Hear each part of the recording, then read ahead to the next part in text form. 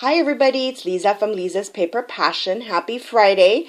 I know I haven't posted for a few days. I've been working hard on a design team project and just several projects just kind of all together, and I wanted to share with you what I've been up to lately. So the thing you're looking at in front of you, first and foremost, is a lace book, and I believe I have shown this to you before. It's a steampunk cover, and if I haven't already, well, here it is. And I worked on this a little while ago, and I used a lot of techniques and embossabilities folder underneath on this little tag. And I love the colors. I love steampunk, but I love the gold and bronze and those shapes of it, not really the dark and kind of weird steampunk. So this is my interpretation of steampunk. And that's the front of the book. That's the side. And this is the back. This kind of portrays really the texture that I love, that I learned from my friend Gladys. And I just love, love, love all the colors. And my favorite toy is the modeling cream, which she introduced me to, and I was running low, so I panicked. This is it. This is it's by Viva Color, and this stuff is the best.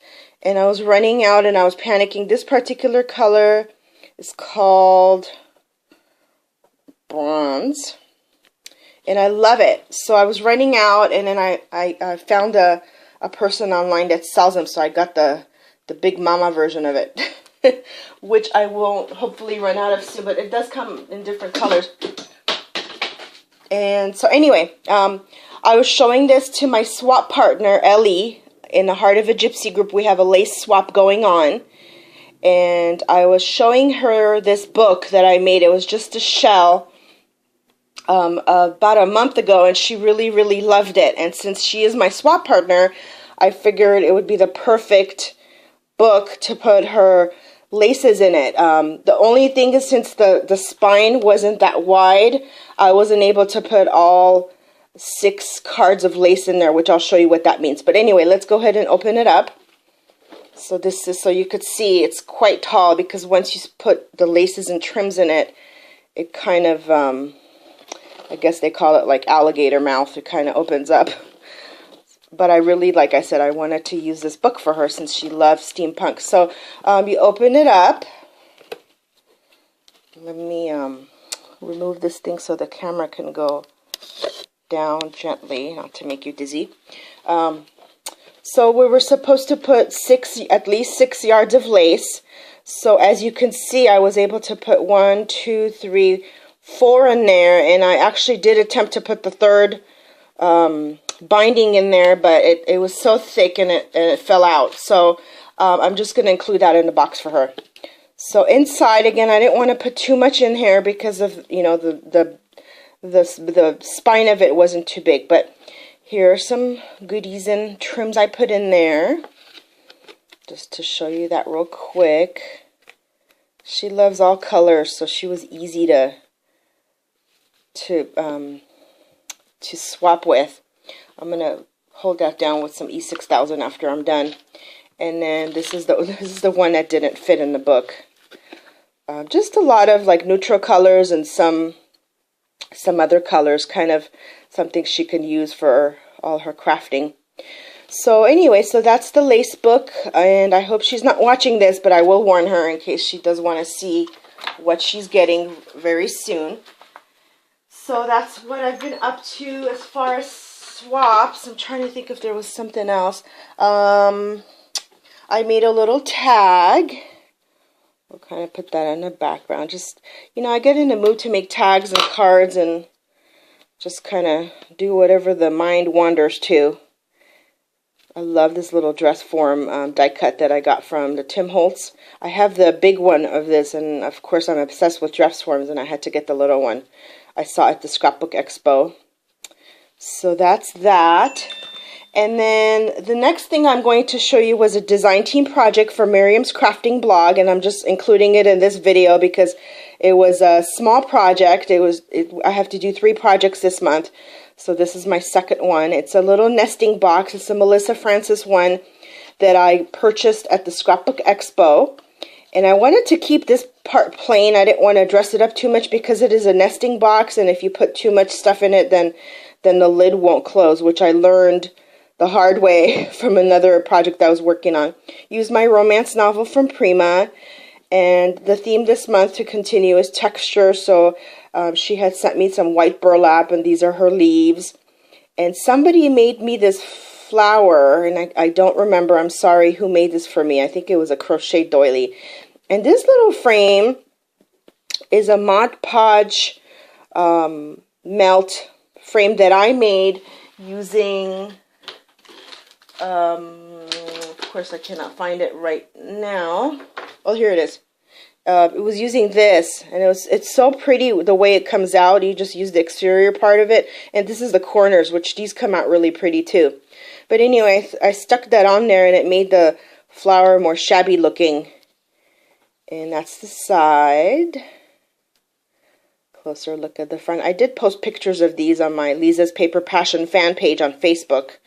So in case that you have seen that already. And I really like using these from her store because it creates height when you place the project down. So that was that.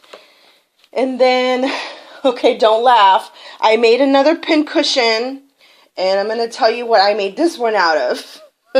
Here's my pincushion, which I used the tomato pincushion method, except it, you know, of course it's not round like a tomato, and it was more of an oval shape, which was kind of challenging. I like this. I love this fabric. I got it from Joann. It's kind of that velvety fabric, and I have used the pink of it before, and I found this color of it and I really loved it. But okay, it was a sardine can. My husband likes sardines, and he was about to throw this can away. I'm like, no, don't throw that can away. So let me put this on. Oh gosh, that's going to be too tall. I was going to put it on top of something. I am looking for something to put, I might get those flat back pearls. I'm running low for Miriam and use that as a, here, let's see. Okay, no, that's too tall. I was trying to put something to kind of let you see it with the camera. But, okay, let's use my little jewelry other can. Okay, that's kind of better. But anyway, it was a sardine can, and I washed it really, really well because I can't stand the smell of that. It's like tuna, you know, once you use it, you gotta wash the can out if you're gonna need it, like this one, which that eventually will become something. But I wanted to kind of cover, what I did is I did spray the can with that Krylon ballet slipper pink, which I really, really like. But I couldn't, there was some paper on the can itself that it was really hard to come off. So rather than fight with it, I covered it. And I covered it with some beautiful trims that I just had from my stash. And I made this little bow. Let me just cut this little piece off. It's annoying me. Okay, there. And I made a little bow with some Tim Holtz, not Tim Holtz, goodness, what am I saying? With some seam binding. There and there. I still might add flowers and things to it. I haven't quite decided. And then this is a handmade flower that somebody made for me. And I'm sorry, I can't remember who it was, but I just loved it. I wanted to kind of keep it. I think these are my new favorite colors now. Well, I always liked pink, but I like the cream and pink. I think it just looks so beautiful. So I love how she made this. I gotta make some of these centers. I think they're really, really pretty here. Close up. And then I just added this. It really didn't need anything else. I just added these little, I don't know what you call them. But anyway, so that's my sardine can pincushion, which I should have actually put some pins in to display. So I've made that. And let's see. Sorry about that. Oh, I wanted to show you a balsa box I altered. I haven't altered one for a very, very long time. And I found these two from Hobby Lobby. And I still have one, and I had this, here's before, had this ugly green string on there. There was only 2, so I grabbed them both. They were $2. But these are so hard to find, and I don't go to Hobby Lobby often.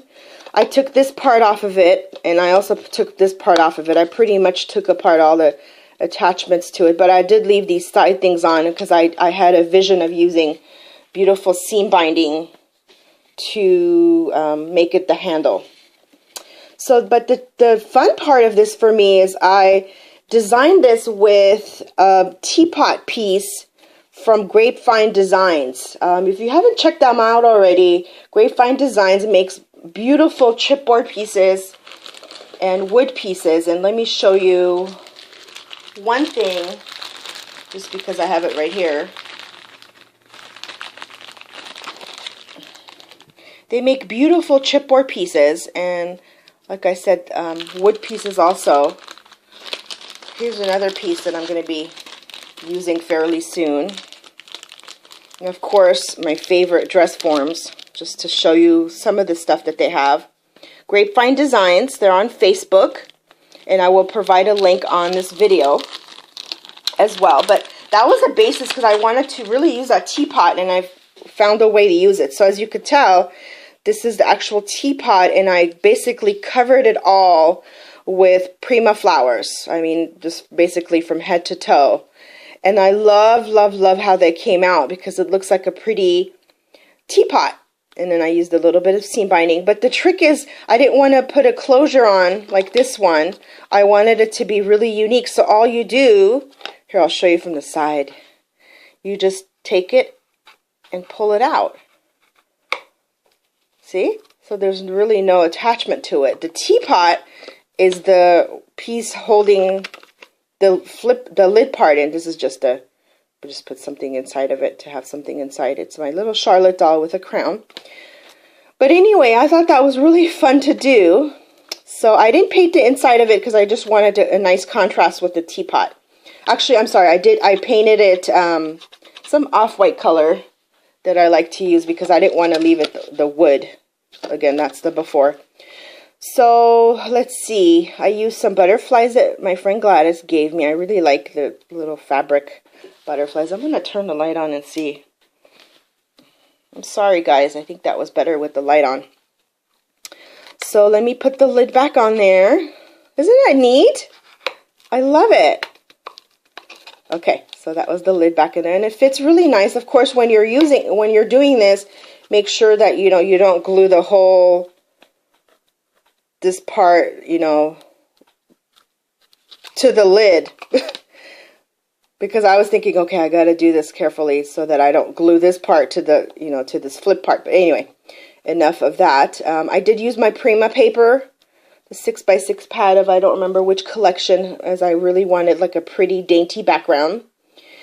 And that's the side of each one. That's from Artie's store. Love, love, love that trim. That's the back of it. And this is some more little like lace flowers. I can't describe them. They're beautiful. I've never seen that before. I hope Gladys carries that in her store, because I want more of those. And then I just put some lace on the bottom. But so that's a Grapevine Designs teapot project. And the other thing I created with one of her pieces, Adriana's pieces of Grapevine, is this little spool. And I haven't quite finished it yet, and I don't know if I will, because when I was putting these together, it kind of looked neat. Just like that. Just like laying like that. So, I don't know, but let me show you the top. The top is one round piece. It says create all the way around. So it's a circle piece, and I just basically, using this side of it, it just goes around the perimeter of the circle. And I stuck a giant flower in the middle. It's, I can't remember if I made this one. I think I did. Isn't that sad when you don't remember? Yeah, I think I made that one. So anyway, I thought that was really neat. I didn't paint the the chipboard pieces, I really wanted that to stand out because if I used any more color, it wouldn't stand out, and I didn't want to use black. So that create piece is really neat. That's also from Adriana's store. And the last thing I wanted to show you are these paper dresses I've been folding. Oh my gosh, I love folding these paper dresses. This is a tutorial that I watched on YouTube, and I do recommend you starting with a large piece just so that you get the folding technique down. This was, I'll pop it in here. This was my practice piece. It's a large 12 by 12. As you could tell, I can't even fit in the camera. But once you master this, and this is pretty beaten and torn up, because I was having a hard time when she flipped the back of it. I couldn't get that part. I had to watch it a few times. I'm a visual person. But once you master it, oh my gosh, it is the most beautiful thing. And I've made a couple of cards with it already. And these are just ones that are ready to alter and make projects with my Prima paper. This is all pretty much Prima paper. And this is the Tsunami Rose new digital paper. And let me see, I think I covered everything. Oh, one more thing. I did make another secret letter box. We had a swap in the Heart of a Gypsy design group. And I love making that first letter box that I ended up swapping with Amy Garcia. Thank you, Amy, for swapping with me. And I decided to make a new one using my new paper that I got from Hobby Lobby. Really pretty paper. I love it. So this was my secret letter box. I made another one of those Charlotte, altered Charlotte dolls. This was a flower someone gave me. I know that for sure. And I added a large doily in the background. But I thought that was really pretty. Ready to go for a present. And the best part is when you open the top. I love that dangle. You have a secret space inside in which to put something small, like a gift card or a gift you want to give to somebody. And I'm searching around to see around my desk what I can put there. Like, so, for example, if you want to put some paper flowers in there and give it as a gift to somebody. But anyway, my video is running really long, and I don't like to do really long videos. So I hope you enjoyed watching all my projects. Thank you so much for all those of you who participated in my 600 subby giveaway.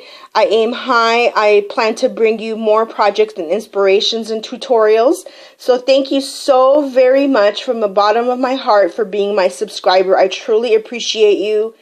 And share me with your friends. Reach out to me if there's any suggestions or comments or feedbacks. I appreciate it all. Thank you very much, everybody. God bless.